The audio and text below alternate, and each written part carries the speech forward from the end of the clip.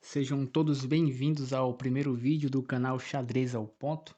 E hoje frisaremos a questão das peças, né? O que fazer e o que não fazer com cada peça.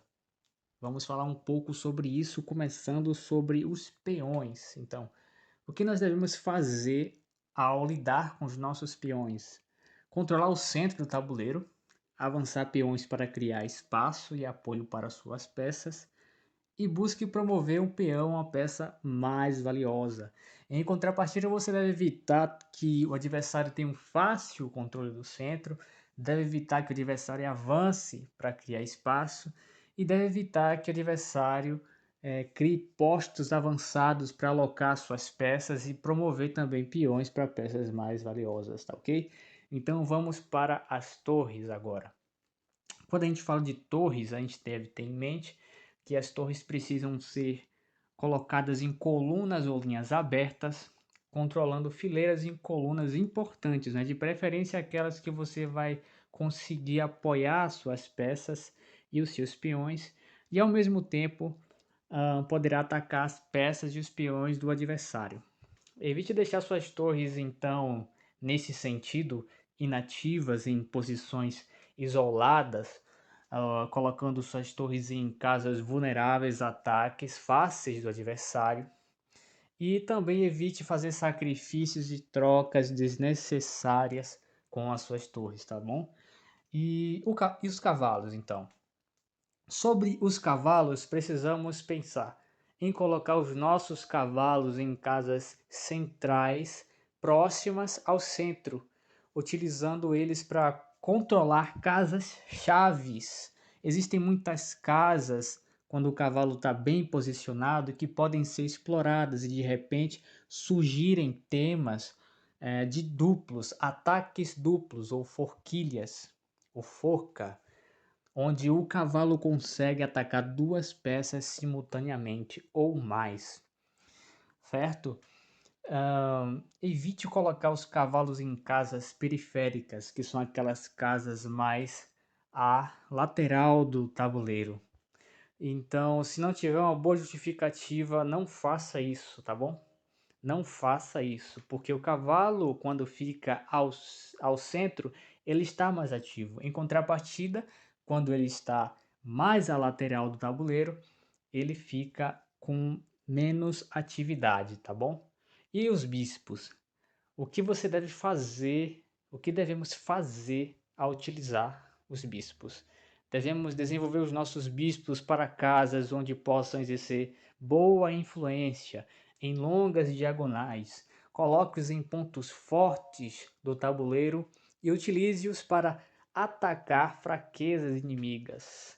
Evite deixar os bispos sem atividade, bloqueando a ação de outras peças. Evite deixar o seu bispo bloqueado por peões e outras peças também. Evite trocar seus bispos poderosos por peças mais fracas do seu adversário.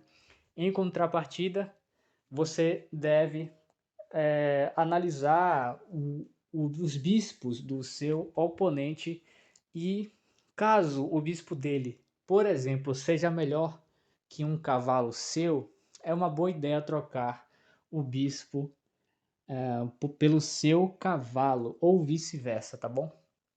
Resumidamente troque as suas peças piores pelas peças do adversário que estão melhores que a sua. A rainha agora.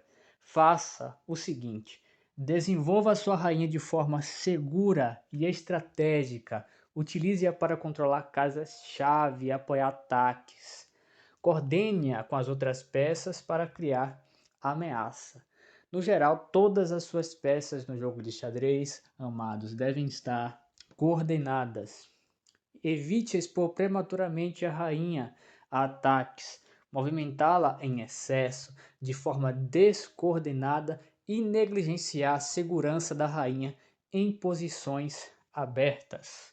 É muito comum principiantes pendurarem rainha e outras peças. Cuide bem das suas peças. Crie fortalezas onde o adversário vai ter dificuldade em te atacar é o chamado jogo posicional. Muitas vezes, uma vantagem posicional é superior a buscar temas táticos. Guardem isso na memória de vocês, queridos.